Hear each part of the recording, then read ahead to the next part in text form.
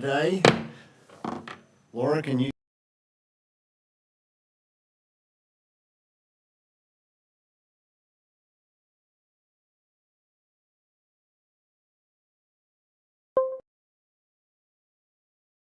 Hodge to come up and lead us in our invocation. He's from First Christian Church.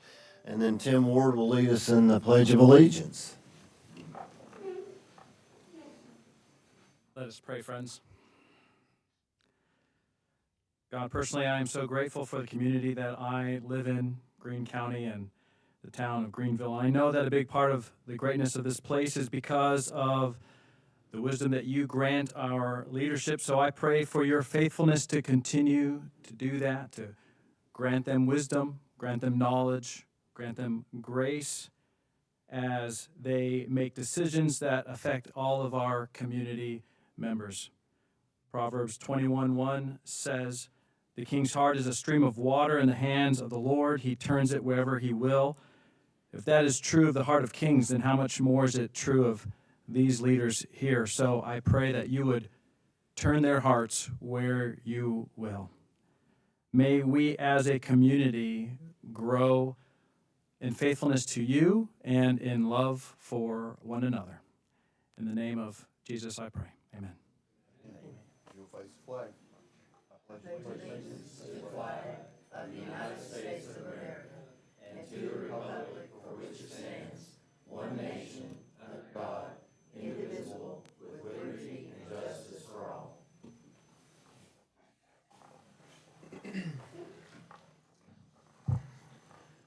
Okay, I'd like to thank everybody for coming out today. First of all, do we have any members of the partnership leadership class this year or youth leadership? Okay.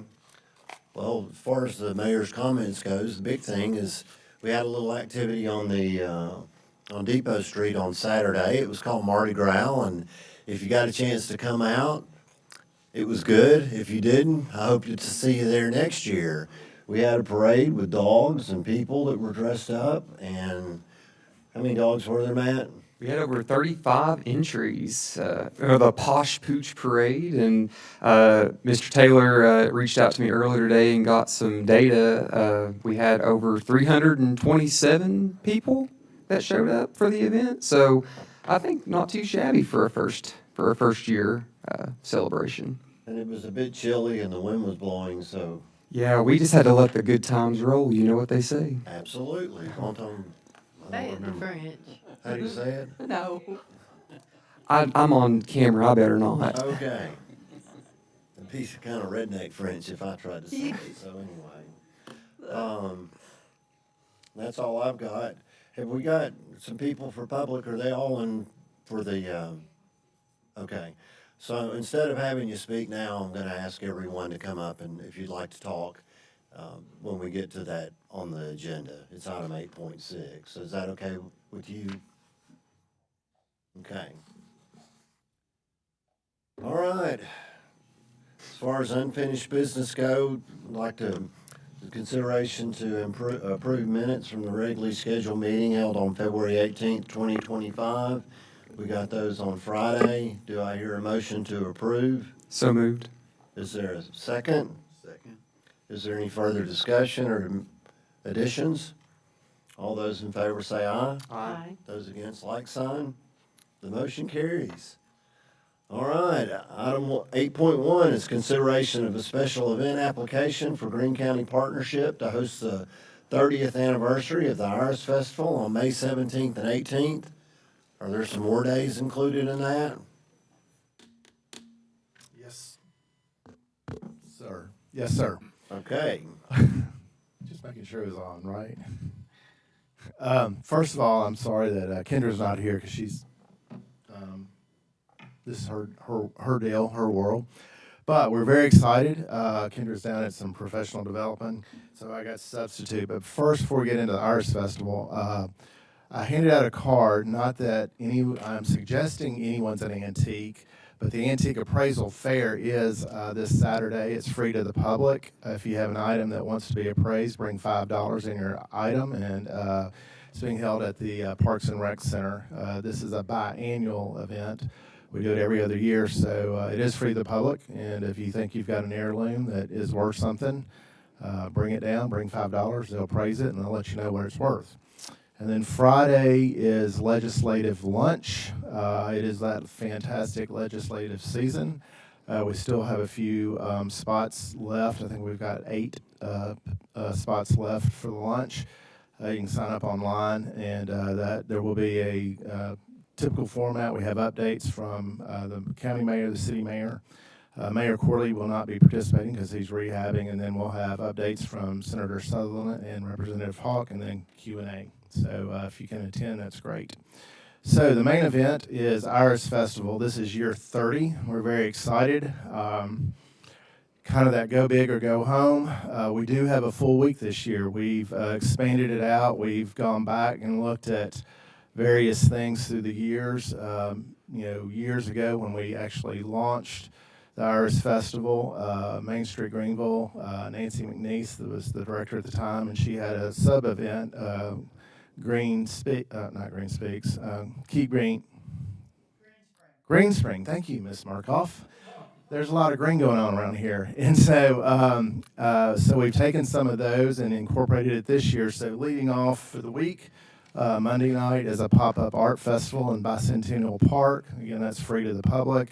Tuesday night, we're very excited. That is our Iris Run and Walk that Chief Spano always helps to keep. That's a fun event. And this year they're working to incorporate some history into that as you're walking around downtown. Andy Daniels used to lead that event many years ago, so we've switched it back to a midweek deal. And then Wednesday night is church night, so we always honor that. But Thursday night is a new event at the Capitol. It's dueling banjos, dueling pianos. And so we're hosting that at the Capitol. And then Friday night, the General Morgan Inn will be doing music on the terrace. We've got Zach Wampler playing for that. And then Saturday and Sunday is what's before you. That is the main event. That is the 30th Annual Iris Festival, Arts and Crafts and Music. We've got a great lineup. John Brown has been assisting us with the music. So we continue to upgrade the music there. We've already got over 100 crafters and vendors signed up. And lastly, last year with rain, we had about 13,000 people in 2 days, and I think with good weather, we'll break that again. And also incorporated in that, we will continue on the Depot Street side, headed west out of town. Rural Resources decided not to continue Brewfest, so we picked up Brewfest.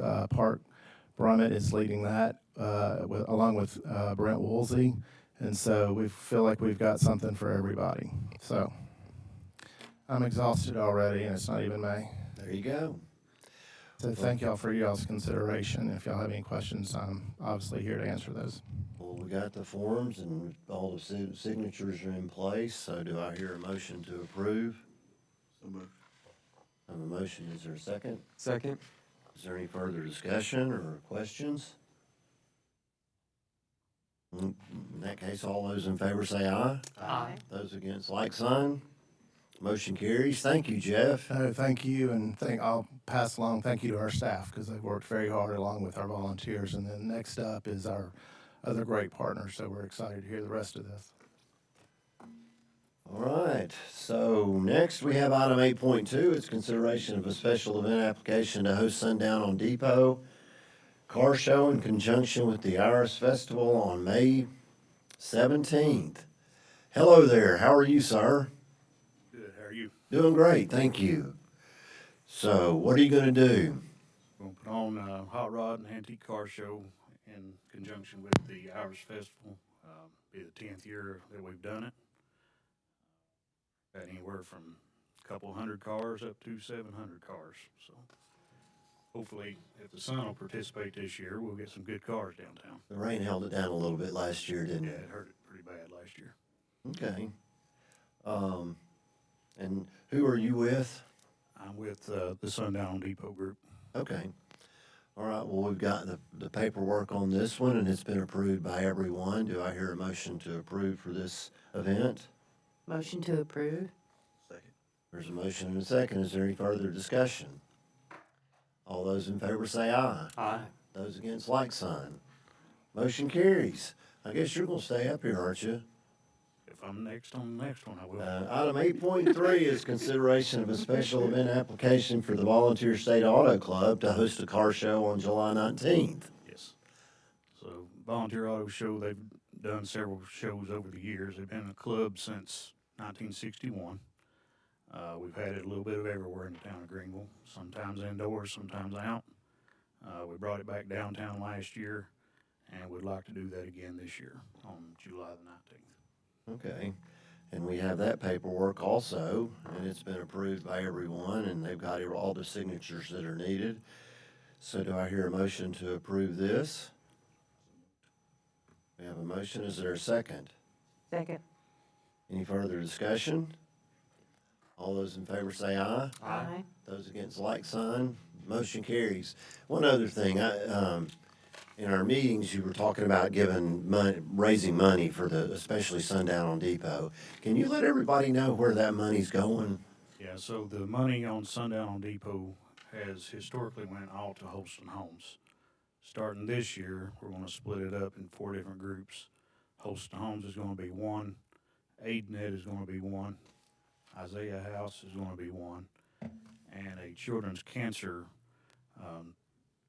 nonprofit in Morristown, Parker's Path.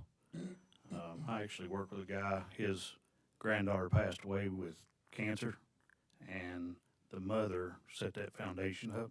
So we're gonna be supporting that this year also. Okay, so you are giving back to the community, which is very generous. And I think all the money that you raise is given back, isn't that Yes. correct? Yeah. Okay, And the same with the Volunteer Auto Club. They're gonna be supporting Isaiah House and AidNet this year. outstanding. So be sure and come out and look at those. I'm sorry, I thought you said something. Oh, okay, I'm hearing things again. I believe it was. You're doing great things for the community, so we appreciate that. And if you haven't ever had a chance to go down there and check out the vehicles, there's some pretty cool things down there, pretty cool rides, yeah. So, Cool cars down there. yes, there is. I hope you'll come and join us. Thank y'all. Thank you. Thanks, Todd. All right, next is item 8.4. It's consideration of a special event application for the George Clinton Multicultural Alliance to host the 8th of August Freedom Day annual street dance on August the 8th. Come on up, Christina.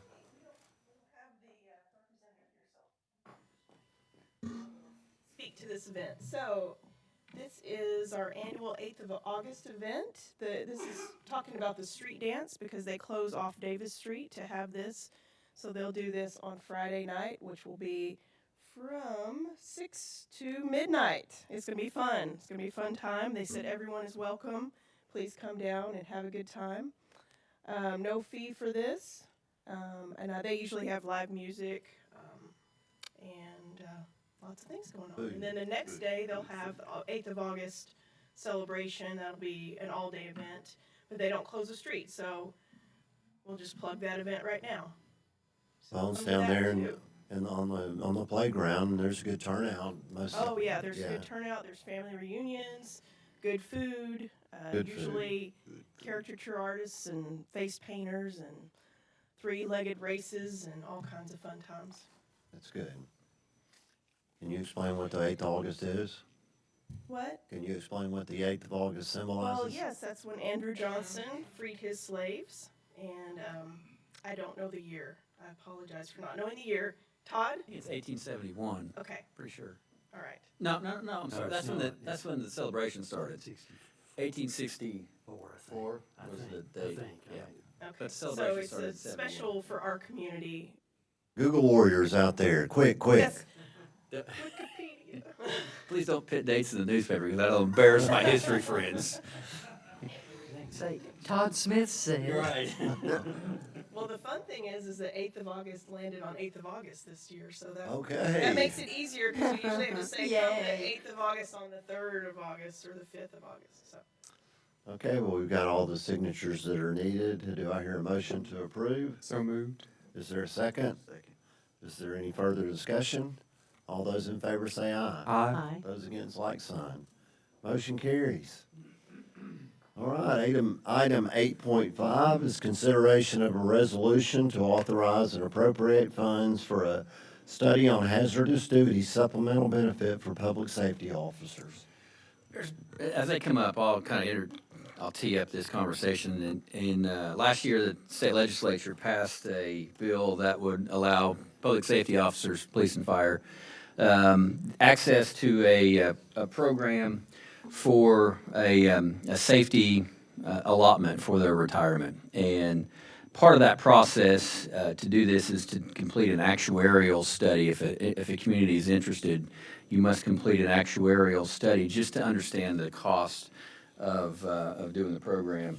The program is funded in one of three ways, and so after we do this actuarial study, we'll kind of know numbers. We just don't know numbers yet. But it's funded in one of three ways. One, the first way is a lump sum. The city can choose to fund the program in a lump sum that would sustain the program indefinitely. The second option is do the funding over the course of 1 year. So you kind of draw the funding mechanism over 1 year.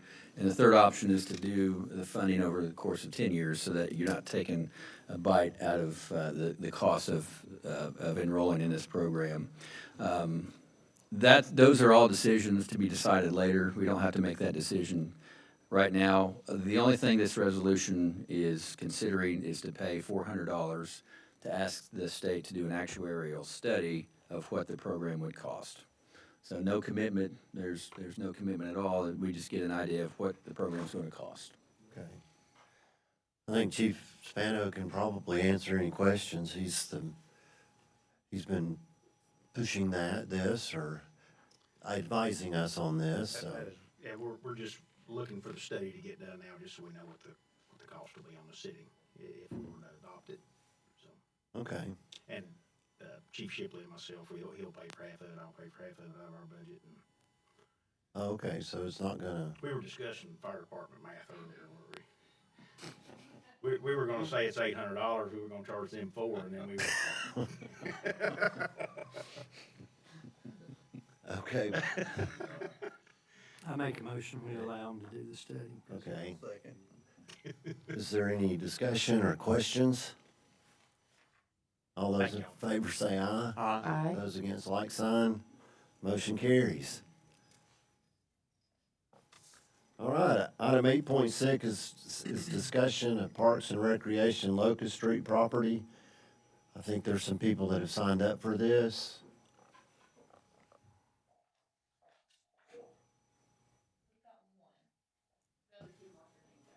Okay, who's the one? Rhonda? Come on up. Really know a whole lot. I missed the first meeting because I had surgery. Okay, That's what I'm here for today, to find out what the plans are, where exactly the vicinity is involved, and to point out, have you seen the traffic over through there on Locust Street? Unless you've lived there, no. okay, We need speed bumps. okay, Some of the, I mean, really, seriously. We have tractor trailers going through there. There's Oh, really? children- Yes, sir. There's children that live on that street. You know, it's become a through traffic thing, which you can't help that. But let's make some kind of attempt to slow them down.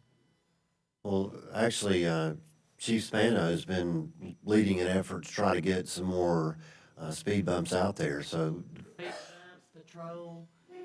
The Just main time something. we see anybody is when somebody has a VOP and they're down the street looking for them, or they're doing a chase through there. okay, And as far as the neighborhood looking all shoddy, and yeah, a whole lot of it does. But I want to point out, this past year, for 3 weeks, I called the town of Greenville trying to get somebody to come and pick up leads. 3 times a week I called. You know how I got them? Seen a truck coming and he was going to turn and I'm out here. I made him pick them up. okay, There's still leaves laying there. But I mean, you know, a little help. Keep an eye on that neighborhood. okay. Help us out a little. Some of us, you know, don't live in dilapidated houses, and we like our neighborhood to be looking good. And the ones that are dilapidated, yeah, tear them down. those Sanford and Son houses, make them clean them up. I live 2 houses down from the ball field, so that lets you know a little bit about Okay, the Sanford and Son houses. all right. You know, but I mainly just wanna know what they're planning on, you know, for the community and where these houses are gonna go and, Well, that's what we're gonna talk about today, so I think that your questions are very germane, and I'd like to ask, I guess, Butch, are you gonna come up and talk about this? Well, I talked about it on the Parks and Rec side, but as far as the housing development or whatever it's lined up being, or that's top. Yeah, let me tee it off again on this one too. I was approached a couple months ago, by a local attorney who's representing a development group, and the group was interested in purchasing the property. And I suggested perhaps before we get too far down the road, let's have a meeting with the community and just understand what the project is and what the impacts potentially could be. So we had that meeting a couple of weeks ago. And really, we, for the first time, got some more details of what the project is. It's a residential project. This development company's already purchased property adjacent at the backside of our current practice field. And so they're wanting to add our practice field as part of the overall development. I think it was, what, Butch, 12 to 14 homes that they're considering in this project. It's, I wouldn't call them starter homes, but they're affordable homes, I would just describe them as. So that was presented at the public meeting a couple of weeks ago, and I think we heard some feedback from some folks that maybe they didn't want the ball field to change. They wanted the ball field to stay in place, and it was an asset to the community. Yes. but for a long time, there's been signs up there that they can't be there, Right. so. And Butch is up here for a reason too, because we did a master. Grew up up there, you know, Right. had softball teams every Sunday. Right, yes. Parks and Rec did a master plan last year. It went through a whole session, had all sorts of public input, public meetings on the master plan, and to include discussing this particular piece of property. And that, just frankly, it ranked pretty low in the priorities of the master plan. You have limited resources, you have limited opportunities to put dollars and resources into programs, and frankly, this practice field just ranked fairly low. Correct. I mean, as far as, you know, Parks and Rec. Hey, Butch, step up to the mic, please. As far as Parks and Recreation goes, we don't have restrooms there. We don't have lights there. There's limited parking, as this lady has spoken to, so roughly, not a lot of opportunity as far as, you know, we're not playing games there or anything else. With the fact that it doesn't have a full backstop and things of that nature, basically the only age groups that we've got using that facility is the 5 and 6 year olds and 7 and 8 softball. Now, as we know, our summer programs as the older age groups have went, when we start getting into the 9, 10s, 11, 12s, 13, 14, 15s, well, we don't even have 13, 14, 15 baseball anymore. So we basically stop at 12. So our numbers in our older age groups has decreased, while some of our smaller numbers are stayed the same, a few decreasing in girls softball. So what we've been able to do is, because that particular site, the only people that could play there or practice there was, as I said, the 5 and 6s and the 7 and 8s. Well, we've been able to encompass them into our other facilities. So for us, we were basically, we would go and we'd get the field ready and we would use it for practice somewhat in April, in May, excuse me, a little bit of June. Primarily maybe one practice a night, maybe two, depending on what the time frame was, but that's gonna be later in the season, because as I said, we don't have lights there. And occasionally it would be used by teams on Saturdays. Now, obviously, the public has access to that at any point in time, other than when we have scheduled practice. Okay? So, with that being said, now we are going back, and the grass doesn't stop growing, and the weed eating doesn't start happening, and people was at various times using it. So now we have on our part, we're maintaining that property through the end of mowing season, which could be end of October, depending on how warm and things stay. It is what I would consider a sandlot type ball field, and And there's nothing wrong with that, because that is, there is it, you know, you got some free space that kids can get onto and whatnot. But as far as Parks and Rec, programming, and things of that nature, is it gonna affect us if we don't have to use that facility? No. Because as I said, we're maintaining it the whole time, but we just don't have, right now, we don't have a lot of use for it. Now, there's no playground equipment there, so the kids in the community, if they are using playground equipment, I'm assuming that they're going to Highland, to the elementary, which is fenced in, and they've got a track and things of that nature, because we don't have anything like that there. As I said, no playground equipment, no restrooms, no lights, limited parking, but it is a skin infield that, you know, we are able to try to utilize if we can. So, and, you know, that's really, when you look at it, as far as ball field goes, I don't know if you would consider Legion considered being, quote, in the community, but that's really the only, quote, sandlot field that we have that's in any certain community or part of the town that we have. Eastview's tied to a school. Everything else we've got to really is tied to a school, with the exception of Hal Henry and that facility. So if that makes sense and answers your question.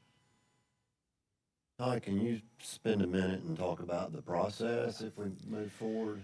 Yeah, so page 31's got a memo kind of outlining the background and potential process going forward. We know we have an interested development group in the property. Since then, I've met with a resident in the community that is also interested in potentially purchasing the property if this council wants to get rid of the property. So knowing there's multiple interested parties, I think it would be in the council's best interest. Again, I think you have to make the decision first is, do you want to keep this property as it is? If the answer is no and you're interested in seeing what other projects are out there or groups are out there, I'd suggest doing a request for proposal process, just to make it an open public process, allow interested parties to submit the best idea, and then we'll bring those proposals back to the city council to discern which one's the best way forward. In parallel to that, we're going to be required to get a fair market value for this as part of our process of disposing of the property. So Kathy's working on trying to get this appraised. The appraisal that we're working with is backlogged for a few weeks, so it may be next month before we get a number on this. But that fair market value or that appraisal is a method to establish that fair market value so that we can negotiate what is fair terms on behalf of our taxpayers. This will be, I will add. Can you come on up to the microphone? This will not be the first time we did this, as far as a Parks and Rec piece of property. We used to have to maintain what was called Kaiser's Hole across from AJ, from Andrew Johnson. And it was basically used during the summertime occasionally by the church, and some Boys and Girl Scouts would have a few, you know, maybe campouts or things of that nature. And we maintained all that property year round, all while really we weren't doing any programming or very much stuff at all. So as far as a piece of property that was attached to the Parks and Rec, it's already went and been done one time before, I know. So just for, and I'm sure you would have to follow the same protocols you did then, because I can't remember who purchased it. I think the church purchased it, Maybe. yeah. Following this just a second, if we make this, if we make this proposal to at least explore the option of selling it, let's just say cutting through all of it, we do sell it, is that money that's derived from that gonna go back to the Park and Rec? It would go back to the general fund. I understand that, but are we gonna think about using that to maybe make some improvements that are already on our book to do? Yeah, I think the city council could designate those funds for, improvements in Parks and Rec. Thank you. At our first public input meeting that we had at the rec, for people that weren't there, some of them I see that were there, we explored just briefly, the developer putting a playground in there and the city taking it over because they said they wouldn't want it on insurance and blah, blah, blah. After driving through there this morning, with Highland being so close and the Boys and Girls Club coming available soon, playgrounds are there. So I'm not sure that's viable. But a playground would be used more, I think, in that neighborhood than that sandlot. And that's what it is, sandlot right now. Like Correct. 6, 7-year-olds can practice baseball there, but other than that, I don't think so. They're gonna be hunting baseballs all the Correct. time in the woods. But have we explored, is it time for RFPs on this, or is that what you're wanting us to vote on now, or? I'm wanting to get your input on, are you ready to look at other options? I mean, I guess the first question is, are you satisfied with the way the property is being used and utilized today? And if you're satisfied with the level of use of it, then I don't think we need to do anything. We just continue to do that. And I think Butch's recommendation, probably my recommendation, is it's really not it's underutilized. It's a property that is underutilized. It is. I mean, I agree with that. And as far as, but, I mean, how much maintenance per year are we spending? Just a ballpark. I mean, I'd have to. I know. I mean, but obviously You should have come you're- prepared yeah, for this. But you're basically, you're mowing it and weeding it once a week. I mean, so you're going for roughly about 26 weeks of mowing it. So, I mean, you're. Is that a couple hours, 3 hours, 4 hours? Next spring, that thing, I think, acreage wise, is how many acres was it? 2 acres. Yeah. I thought it was more than that. It's a little bit more than that, but it's because of many houses, but, we're looking at some expense. Oh, And as I said, now we're dragging it and lining it too now, because while we have making the sandlot, when we start practicing it, so that thing's been drug and stuff, 2 to 3 days a week, because obviously, if it doesn't rain and things will get hard and this, that, and the other, so. And there's no lights, so we have to No wait till lights, time no changes. restrooms, and it and gets- as I said, and to attest to what she said, when we are practicing up there, it even makes it more difficult for the community, because if I'm sending a team up there and they've got 12 to 14 players, well, they're parking, so there's probably 7, 8 cars that's now on the street, because there's not enough parking up there, so. Yeah, so, but that's where they have to park, and so then if there is 2 practices and the next team's coming and one team's leaving, well, now I'm looking at 23, 24 cars up there trying to figure out what to do. I mean, so, there's just, it is what it is. Just in my opinion, I don't think it's time to take RFPs for selling the property, but we definitely need to, I guess, look into fair market value for the property. Okay. And maybe potential playground from the developer that's asking for that. I mean, that's another playground that the city's gonna have to take care of, even though if it's paid for. And it's gonna be on our insurance, which is under our umbrella anyway, correct? Correct, it is. And we'd have to take care of it. Correct. Randy, has anybody approached you yet about any type of concept for developing that? No. Okay. They had a set of plans, but I don't think they haven't carried it that far yet, as far as the planning commission. I know that piece of property that they own has road frontage on Highland, on the upper side. Okay, Tim, do you want to make that in the form of a motion? I'm not sure what that motion would be, Cal. So that's what I was asking the question, what? If we said that we're going to just start the process to get the value of the property, Oh, definitely. hear if there's other folks that want to offer suggestions or ideas, Well, then I that we're guess available. We would have to send out RFPs on it then, if we're gonna find out who's interested in the property. So option number 1, Yeah. So do an RFP and then negotiate a fair market price based off of that. or do you need to get the fair No, market get the price fair before you? market price Let's first. start can we maybe start the audit or the appraisal? Yeah. And go from there. I'll make that a motion, that we get And it. I'll second that. Okay. We have a motion and a second. Is there any further discussion? All those in favor say aye. Aye. Those against, like sign. Motion carries. Thank y'all for coming. Appreciate it. And would you stay after the meeting so I can talk to you just a minute, please? Thank you. All right, item 8.7 is consideration to approve the purchase of 6 portable radios for the Greenville Fire Department. Chief Shipley. Where have you been? I'm like around about twice. Are you sure it's supposed to be 6 or 12 or 3? We're going with 6. We would take 12, but Okay. I guess funding wise, we better go with 6. Mayor, what we're asking the council to consider is, of course, we went into the TACN system for police and fire about 2017, and it's been a great move. It's served us very well. But of course, with those, there's a time that they replace those radios and come up with a newer model, and generally, over about 10 years, they'll start to look to bring a new model out, which they already have that model out, and then once they go away from that, they'll usually provide service on it for 4 to 5 years.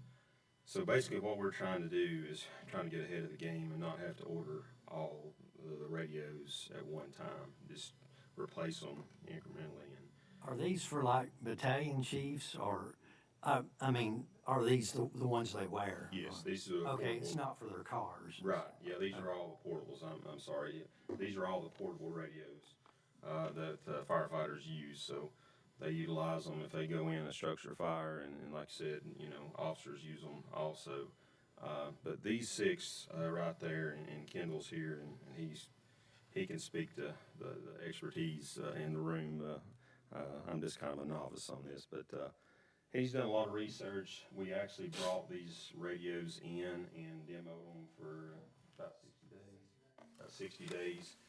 One feature of these radios, they are cellular compatible also. So if you don't have coverage, and we have some areas around town that we don't have coverage, especially inside buildings, the LTE will kick in and it gives you coverage. So if you're inside a building like that, it gives you more coverage.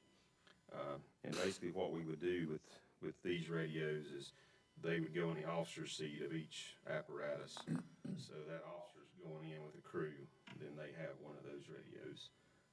Another thing, of course, the radios that we currently have, we're beginning to have more maintenance issues. So Kendall usually takes them and either works on them or sends them off. And Kendall, how much maintenance?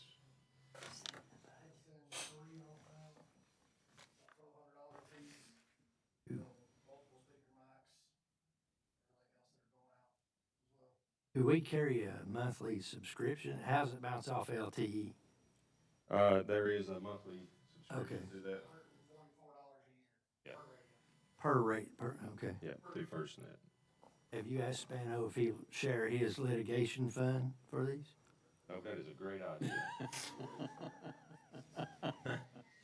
He said, shh. Yeah, that would be a great idea. Is this in the budget, Laura, or? I'll Yes. make a motion, we approve. Second. Any further discussion? All those in favor say aye. Aye. Those against, like sign. We've got to take care of our public servants. Thank you all very much. Thank you. Okay, do I hear a motion to adjourn? So moved. All those in favor say aye. Aye. All those against, like sign. Motion carries. Okay, now we will call the beer board to order. Is there any public comments for this, Kathy? Unfinished business is item 3.1, consideration to approve minutes from the special call meeting held on Tuesday, February 18th, 2025. Again, we got those minutes Motion to Friday. approve. Got a motion to approve. Second. And there's a second. Is there any further discussion? All those in favor say aye. Aye. New business is